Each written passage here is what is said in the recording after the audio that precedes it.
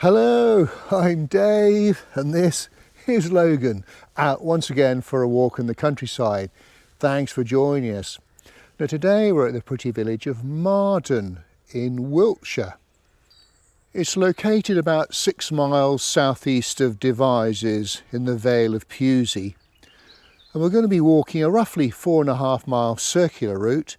We'll have a quick look at the village before heading west across fields to the village of CHIRTON, then north to the outskirts of a little settlement of Patney, and then we'll head towards another little village called Beechingstoke, and then after checking out the largest Neolithic henge in the UK, we'll head back to Marden. Now I'm filming in the middle of September. It is a glorious sunny morning. It may cloud over, a little bit chilly. Logan's got his fleece on at the moment, but it should warm up later. Should be perfect conditions for walking. Do come along with us. Well, I've parked my car in the centre of the village and we'll start off with a little wander through Marden itself. It's mentioned in the Domesday Book where it's recorded as Mersdean, or something like that. The road that goes through the village was actually turnpiked in 1840. So the first thing we'll have a look at is the church, which is just in front of me here. And it's the Church of All Saints. It stands on a small rise. The body dates from the 12th century, although only the south doorway and chancel arch survive from that period. The nave was rebuilt in the 15th century and the chancel altered and tower added. The chancel was then repaired again in the 16th century and a major restoration of the whole church took place in 1885. So it consists of a nave, a chancel, a west tower and a south porch. Okay, well let's have a little peep inside. Looks like there's a stained glass window on the side of the nave, straight in front of me. And then just turning to the left, there's the font, which is sort of octagonal in shape. I believe that's either late 13th, early 14th century. And there's the bell tower. Looks like there's 6 bells, certainly, 1, 2, 3, 4, 5, 6 sallies. And then just coming through the nave, there's the wooden pulpit on the right. I think that's around about the 17th century.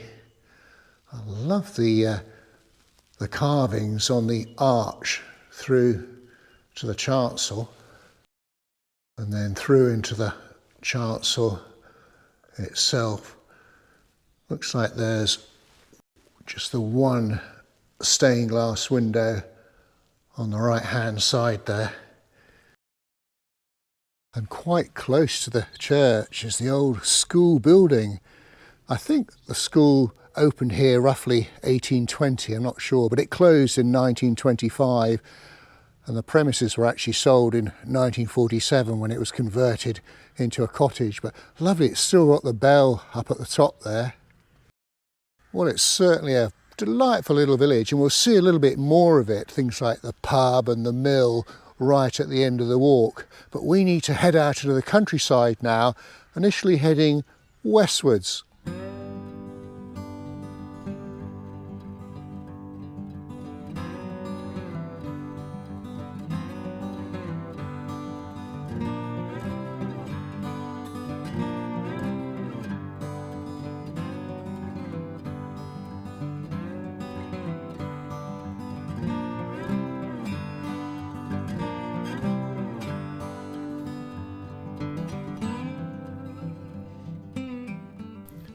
On our first pit stop of the day, just to take in some of these views, looking over to a ridge over in the sort of southwest, I would say.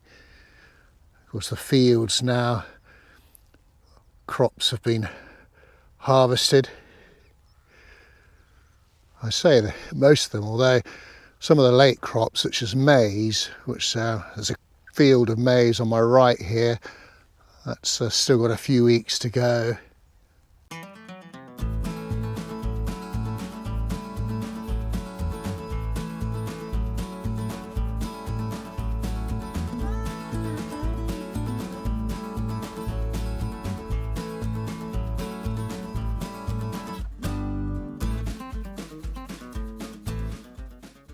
So this little section of the walk that we're on now is on a sort of public footpath that goes along the side of fields, and it's going to take us to the little village of Chirton. And I just passed a little waymarker sign that tells us that we're on something known as the Pewsey Vale Circular Walk.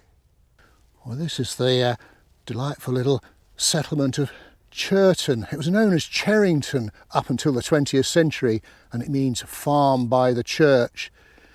Now, it used to have a couple of pubs until fairly recently. There was the Three Horseshoes, which shows as a beer house on a 1901 map on the Chirton to Marden Road. I'm not sure when it closed, but it's now a private house. I think it's called the Horseshoes. And then there was the Wiltshire Yeoman to the south of the village on the A342. That shows as the New Inn on a 1901 map. I think it closed around about 2016, is now a private house. Oh, what a gorgeous church, looking quite glorious in the morning sunshine. It's the St John the Baptist Church, and it's got origins to the 12th century, first mentioned around about 1170. The south doorway dates to about 1175. The aisles were widened in the 14th century, the tower and south porch added in the 15th century. There was a major restoration in 1850.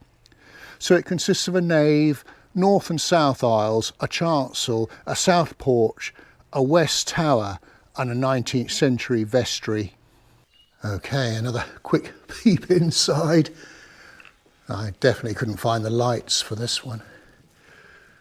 There's the font on the left.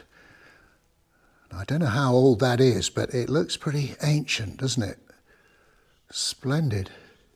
And then just behind, there's the tower. Looks like 6 sallies, I think so. And just on the side of the nave there is the organ, and a beautiful stained glass window just to the side of it. And just moving towards the chancel, just there on the left-hand side, you've got the wooden pulpit. And then, wow, look at that stained glass window above the altar. That really is quite magnificent. There are also another couple of terrific stained glass windows on the side of the chancel as well. Well, what another quite charming church.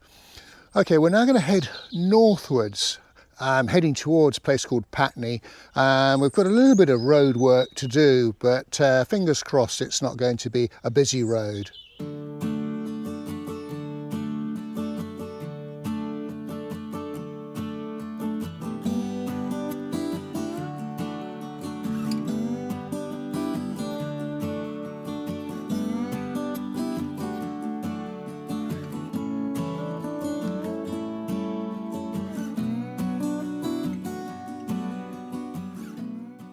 We're just making our way along this quiet little road, and just in a very far distance, top of that ridge, I can make out one of the Wiltshire white horses.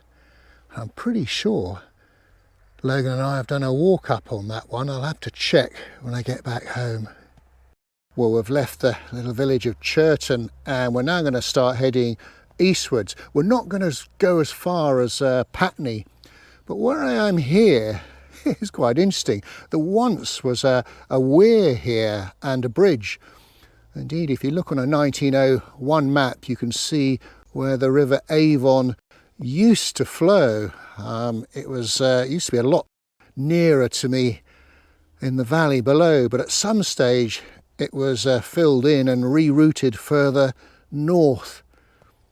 We'll get an idea of where the old river was a little bit later on down the track. Yeah, this is a slightly better view where you can see where the the course of the old river used to go.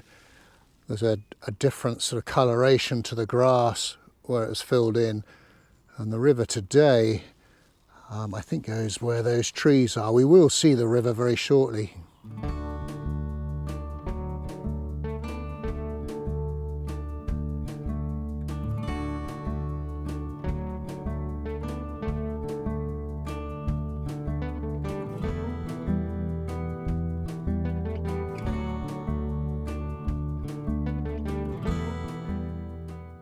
We're just looking back down the track that we've come along. Again, if you look at an old 1901 map, there was a corn mill built in the 19th century in the field where this maize is. It's totally demolished and gone now.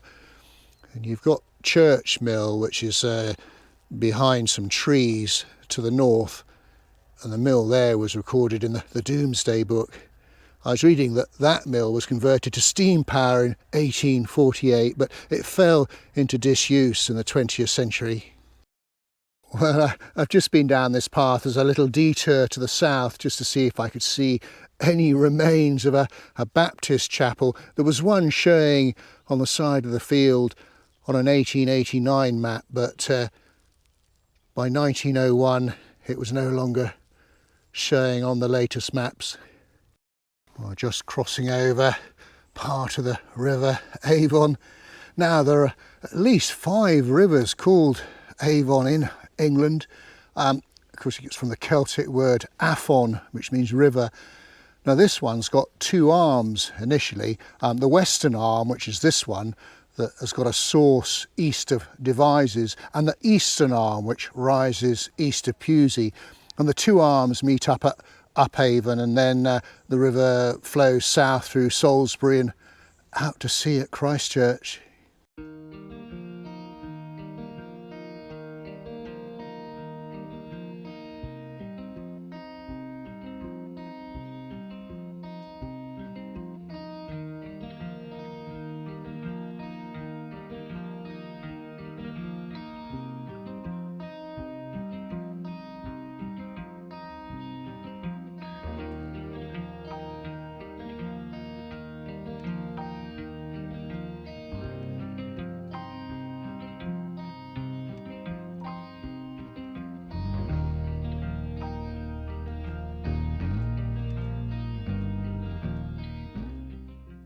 Ooh, it's getting quite warm now.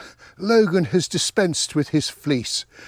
Well, we've enjoyed a lovely little stroll along the side of fields, and we're at a place called Limber Stone Bridge. Well, I'm crossing a bridge now. This must be it. Goes over the Avon again. So now we're going to continue sort of eastwards, northeastwards to our next little settlement. And this is Beechingstoke. It's known as Stoke right up until the 19th century. You probably hear a plane going overhead, and there's a train going to the north. The railway in the distance is the Great Western Railway, which goes from Reading to Taunton. Well, it may be a tiny little settlement, but it does have its own church, and oh, isn't that a cute church? The Church of St Stephen. It dates to 1291, although only the 14th century chancel arch survives from the medieval period. The nave was rebuilt in 1693 and the chancel rebuilt in 1791. And in fact the whole building was largely rebuilt again in 1861. I love the 2 bells at the top. Oh, I think this is my favourite church so far on the walk. Oh, what a quite enchanting church. Now there's a lovely lady inside. She's doing all the cleaning and what have you, getting it ready for the weekend services. So I don't want to disturb her. So what I might do is put up some footage of inside with a little bit of background music, just to give you an idea of what it looks like.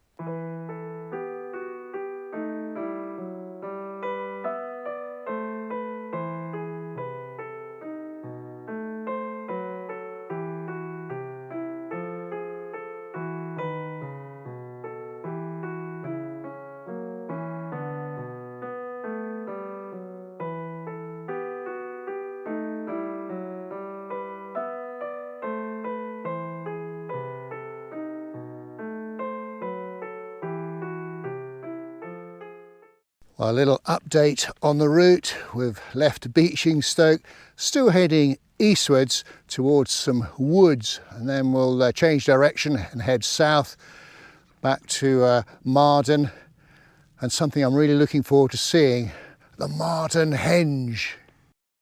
Well, of course, a late summer walk wouldn't be the same without just a little blackberry stop.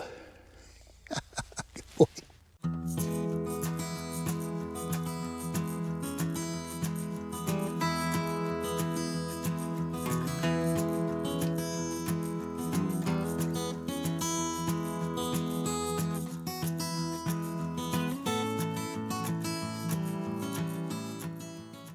Well, this is an important point of the route for any folk that might be doing this walk after seeing the video. We've been following the side of a wood along a track. We get to the end of the wood and we head south. It is on a footpath, but there are no way markers.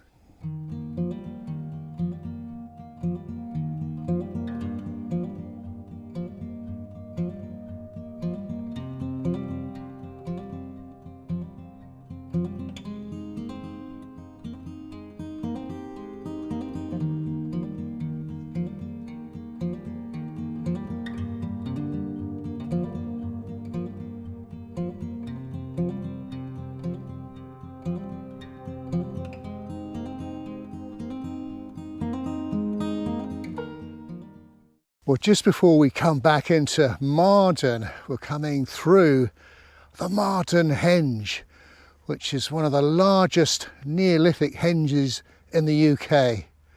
But don't get too excited, there's not a lot to see.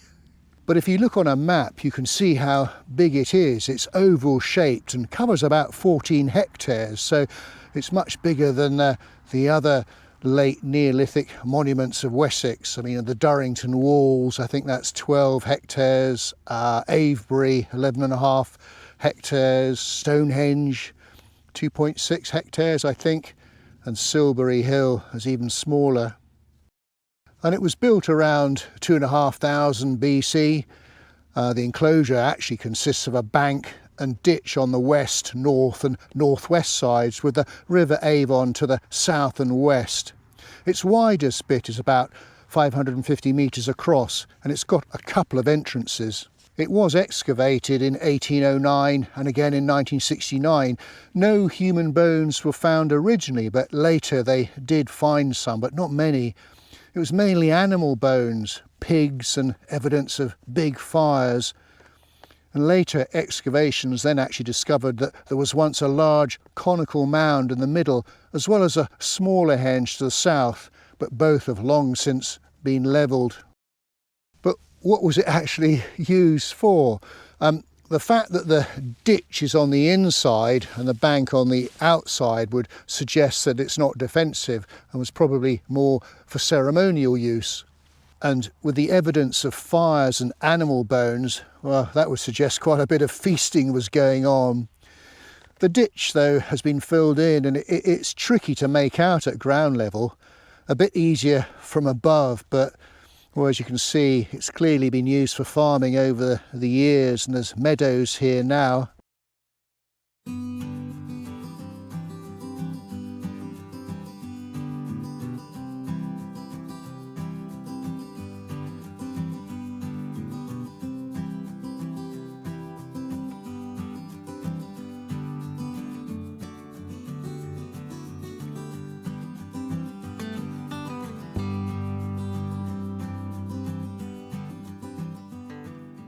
You know, I find it fascinating when you come across some of these really ancient sites that were 4,500 years old, and we know so little about them.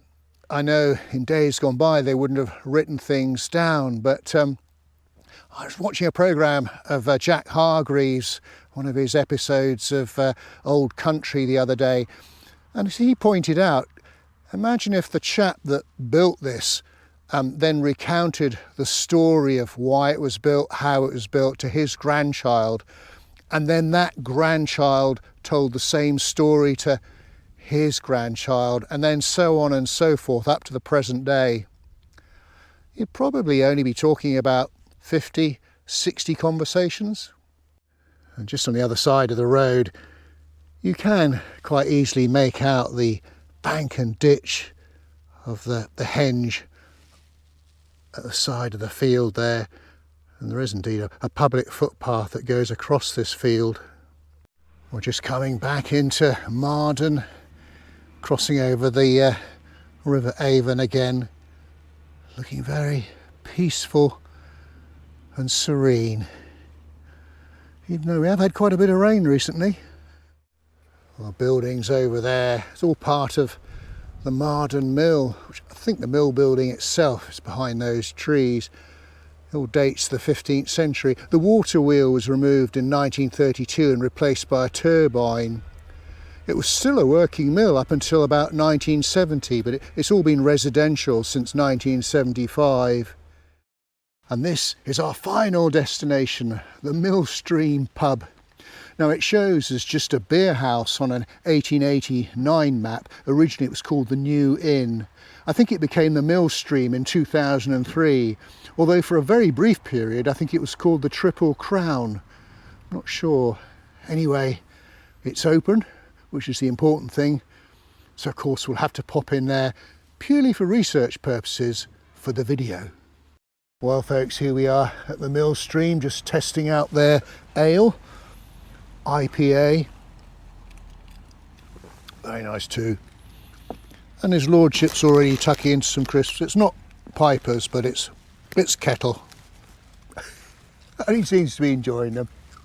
We hope you enjoyed the walk today. If you did, please do give us a thumbs up and a like, and do leave a comment, and do check out our Facebook page, Dave's Countryside Walks. We often put extra photos up there as well as a map of the route. We've had a super walk today. The weather has been quite glorious. So until we meet again, thanks for watching and cheerio. Good boy. Couple more.